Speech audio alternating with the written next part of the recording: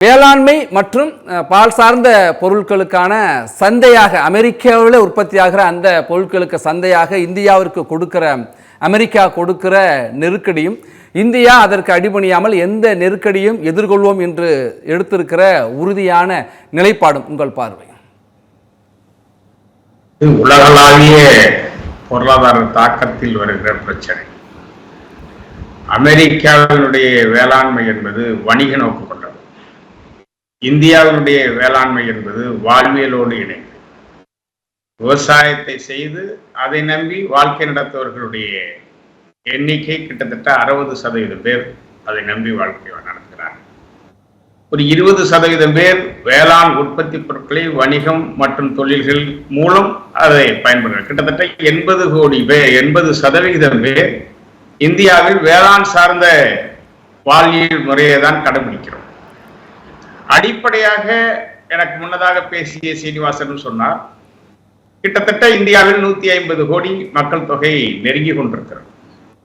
ஆனால் 30 கோடி தான் அமெரிக்காவுடைய மக்கள் தொகை. இதை ரெண்டையும் ஒப்பிட்டு பார்க்கிற போது மட்டும் மக்கள் தொகை மட்டுமல்ல, நிலப்பரப்பு நமக்கு அமெரிக்காவை விட 4 மடங்கு குறைவாக இருக்கிறோம். நம்மளை விட நிலப்பரப்பில் 4 மடங்கு கூடுதலான நிலப்பரப்பு. அப்போ மக்கள் தொகை 150 கோடியை தாண்டி இருக்கிறோம். 5இல் 1 பகுதி தான் அமெரிக்காவில் மக்கள் தொகை இருக்கிறது.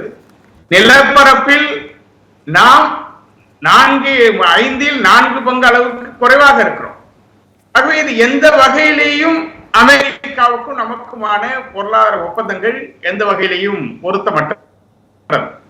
குறிப்பாக பண்ணை விவசாயம் மூலம் மிகப்பெரிய அளவில் 1000 ஏக்கர் 5000 ஏக்கர் 2000 ஏக்கர் என்கிற அடிப்படையில் அங்கு வணிக நோக்கத்தோடு விவசாய உற்பத்தி செய்யப்படுகிறது. குறிப்பாக விவசாய உற்பத்திக்கான அனைத்து கட்டமைப்புகளையும் அரசாங்கமே மேற்கொள்கிறது. அங்கு இருக்கிற இடுபொருட்கள் வரையிலும் வேளாண் உற்பத்திக்கான அடிப்படை கட்டமைப்புகளை அரசே செய்கிறது.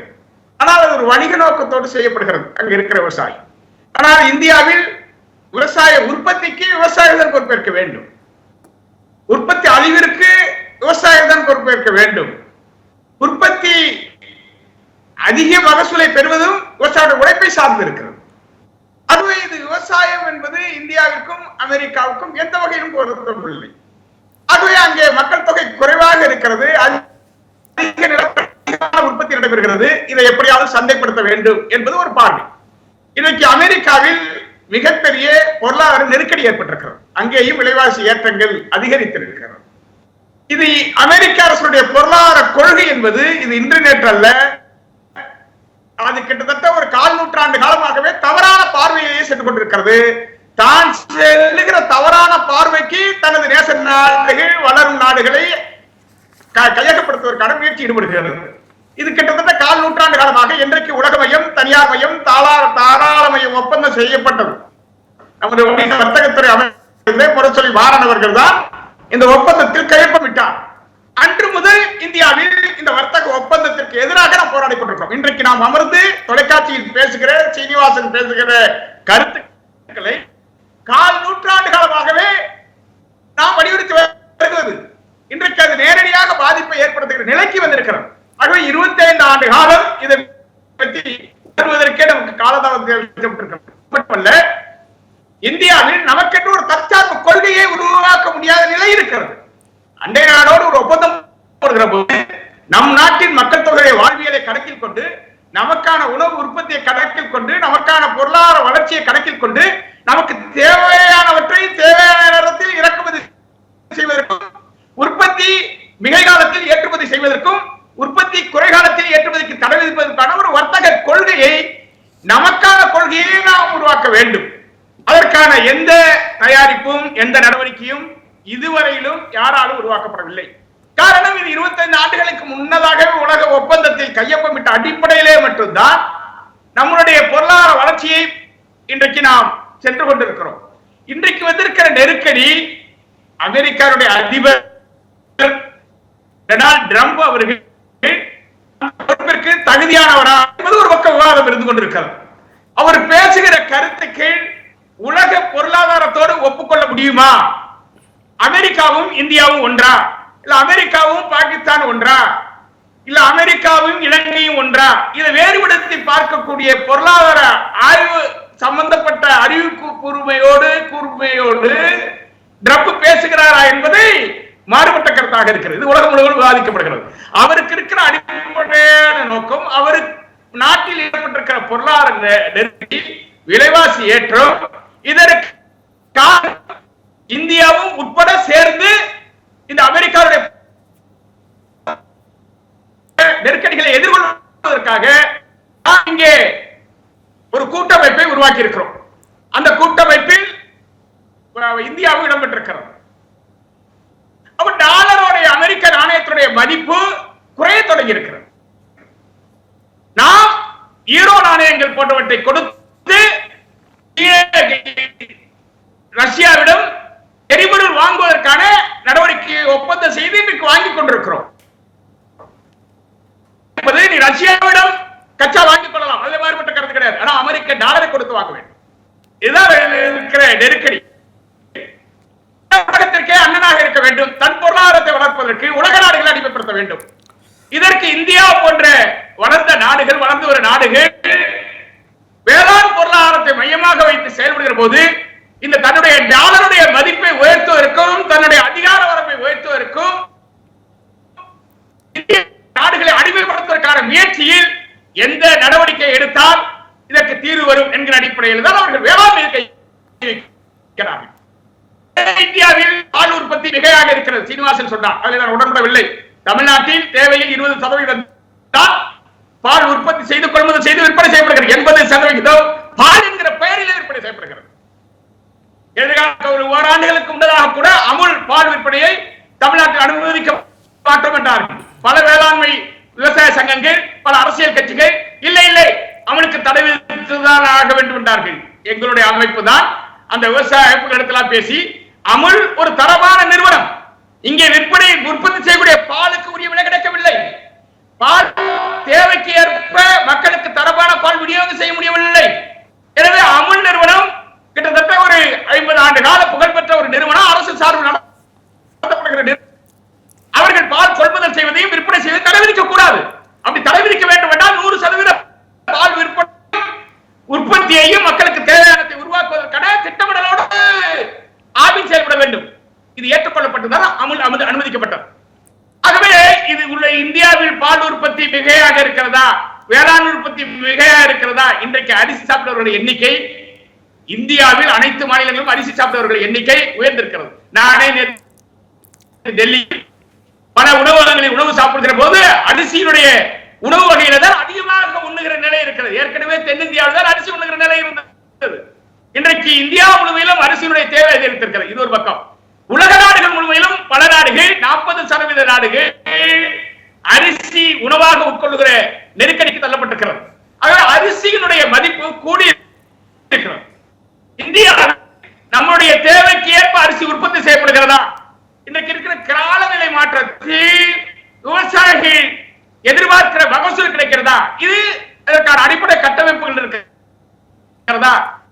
அவர்கள் சொல்லுகிற கருத்துக்கள், அமெரிக்காவுடைய அனைத்து பொருளாதார கணக்குகளும் இந்தியாவுடைய வேளாண் உற்பத்தியை சீர்குலைக்க வேண்டும். இன்றைக்கு இடுபொருட்கள் உற்பத்திக்கான இடுபொருட்கள் அதற்கான தட்டுப்பாட்டை ஏற்படுத்துவதற்கான மறைமுக சதியிலும் அமெரிக்கா ஈடுபட்டிருக்கிறார். இது ஒரு பக்கம் இருந்தாலும் இந்த மண்ணையும் மலட்டுத்தன்மை ஆக்குகிற அந்த மலட்டுத்தன்மை ஆகிற அந்த மரபணு மாற்றப்பட்ட விதைகள் முதல் உற்பத்தி செய்யக்கூடிய உணவு வகையில் கூட மனிதனுக்கு நஞ்சாக மாறுகிறது. இன்றைக்கு உணவே வியாதியாக மாறிவிட்டது.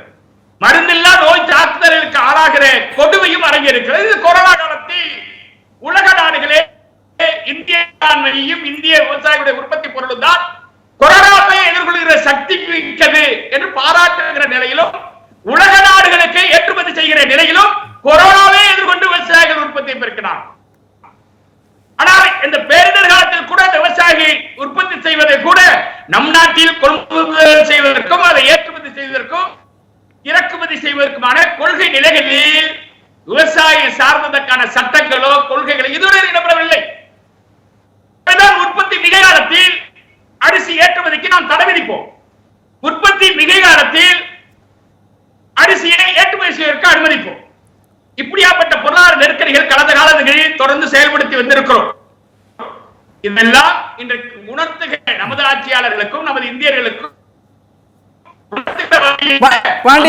நெருக்கடி இன்னைக்கு உயர்ந்திருக்கிறது. எனவே கால கடந்து இன்றைக்கு பிரதமர் சொல்லுகிறார், மத்திய அமைச்சர்களும் சொல்லுகிறார்கள், உள்நாட்டு உற்பத்தி செய்கிற பொருட்களை தான் இந்திய இது ஒரு கால் நூற்றாண்டுக்கு பிறகு இதை சிந்திக்கிறார்கள். இதை நாங்கள் 25 ஆண்டுகளுக்கு முன்னதாகவே முன்வைத்து போராடி இருக்கிறோம்.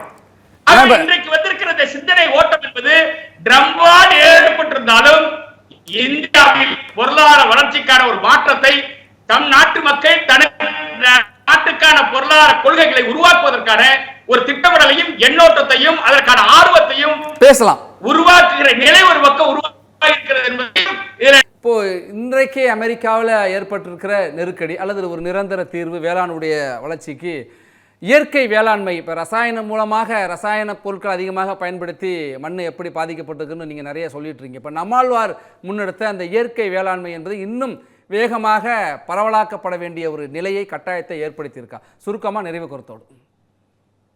சுருக்கமாக சொல்றதுக்கு முன்னாடி இன்னைக்கு பாரத பிரதமர் அமெரிக்காவோட சவால் விட்டு வேளாண்மை சமரசம் இல்லை அப்படின்னு சொல்ற அளவுக்கு இன்னைக்கு அந்த சவால் விடுற உரிமையை பெற்றுக் கொடுத்தது விவசாயிகளுடைய போராட்டம். அதை மறுக்க முடியாத அண்ணன் நாகராஜ். நீங்க வேளாண் சட்டம் 3 சட்டமும் வேளாண் உற்பத்தியில் பன்னாட்டு பெருநிறுவனங்களை அனுமதிப்பது, வேளாண் உற்பத்தி பொருட்களை சந்தைப்படுத்துவதில் பெரும் நிறுவனங்களை உலக பெரும் முதலாளிகளை அனுமதிப்பதுதான் அதுல உள்நோக்கம். அதுல மரபணு மாற்று தொழில்நுட்ப வரையிலும் உள்ளே வருகிறது. இதை எதிர்த்துதான் போராடினோம். அதை திரும்ப பெற்றதுனாலதான் இன்னைக்கு அமெரிக்க ட்ரம்ப் நம்ம பிரதமர் மோடியோட பேச்சுவார்த்தை நடத்த நிக்கிறாரு. நீங்க அதை அனுமதிச்சிருந்தீங்கன்னா உலக கார்பரேட்டுகளோட ஒப்பந்தம் போட்டு இந்திய உணவு விவசாயிகளை மட்டும் அழிச்சிருப்பாரு. இதை முதல்ல நீங்க நினைவுல வச்சுக்க. நீங்க எந்த இடத்துலயும் சமரசப்படுத்தாதீங்க. இன்னைக்கு ஒரு சவால் அந்த பட்டியலில் இருந்து வேளாண்மையை நீக்குவதற்கு அடிப்படையாக இருந்தது பாரதிய கிசான் சங்கம். என்னால ஆதாரம் கொடுக்க முடியும். நல்லா புரிஞ்சுக்க. பாரதிய கிசான் சங்கம் சீனிவாசன் பேசிட்டு இருக்காரு. அவங்க கொடுத்த அழுத்தத்தின் பேர்ல தான் பேச்சுவார்த்தை பட்டியலில் இருந்து வேளாண்மை வெளியில எடுத்தோம். அதனால விவசாயிகளுடைய போராட்டம் என்பதுதான் இன்றைக்கு சவால் விட்டு தன் நாட்டிற்கான உணவை நான் உற்பத்தி செய்து கொள்ள முடியும், தன் நாட்டிற்கான பொருளாதாரத்தை பாதுகாக்க முடியும் என்கிற சவால் விடுகிற நிலையை உருவாக்கியது விவசாயிகள் போராட்டம். இயற்கை விவசாயம் நம்மாழ்வார் சொன்னது. ஆனா வாழ்வியலோட கடந்தது. இது வெறும் சட்டம் போட்டோ திட்டம் போட்டோ நிறைவேற்றி வருது இல்ல. நாம காலையில இறங்கி நம்ம வயலை நாம உழுவணும், நாம அந்த வயலுக்கு தேவையான இயற்கை உரத்தை உற்பத்தி பண்ணி நாம பயிரிடணும், நாம பயிரை வளர்த்து உற்பத்தி செய்கிற நிலையை வாழ்வியல்ல மாற்றம் வருகிற போதுதான் அதை இயற்கை விவசாயம் சாத்தியம். எனவே இன்னைக்கு இருக்கிற பொருளாதார நெருக்கடி, இறக்குமதி செய்கிற உரங்கள், அதற்கான பெரிய செலவின தொகை என்கிற அடிப்படையில் இயற்கை விவசாயம் என்று நுழைந்து விட முடியாது. இது இயற்கை விவசாயத்தை ஒவ்வொரு மனிதனும் தனக்கான உணவை தான் உற்பத்தி செய்ய வேண்டும் என்கிற மனநிலைக்கு வருகிற போதுதான் நம்மால் அது முடியும். கால்நடை வளர்க்க வேண்டும். இயற்கை விவசாயத்துக்கு அடிப்படை கால்நடை. கால்நடை வளர்க்க வேண்டும். மண்ணை இயந்திரங்கள் வைத்து உழவு செய்ய முடியாது. மனித உழைப்பு தேவை இருக்கிறது. இதிலே பல்வேறு விஷயங்கள் உள்ளடக்கி இருக்கிறது. எனவே இதையெல்லாம் உள்ளடக்கித்தான் இயற்கை விவசாயத்தை பேச முடியுமே தவிர வாழ்வியல் மாற்றம் இல்லாமல் இயற்கை விவசாயம் வெற்றி பெறாது. இயற்கை விவசாயம் என்கிற பெயரில் இலங்கை உணவுக்கு ஏற்பட்ட மிகப்பெரிய தட்டுப்பாடு, மிகப்பெரிய பிரச்சனையை நாம் கண்ணால் பார்த்து கொண்டிருக்கிறோம். இனியும் அதை நாம் பேச முடியாது. நன்றி.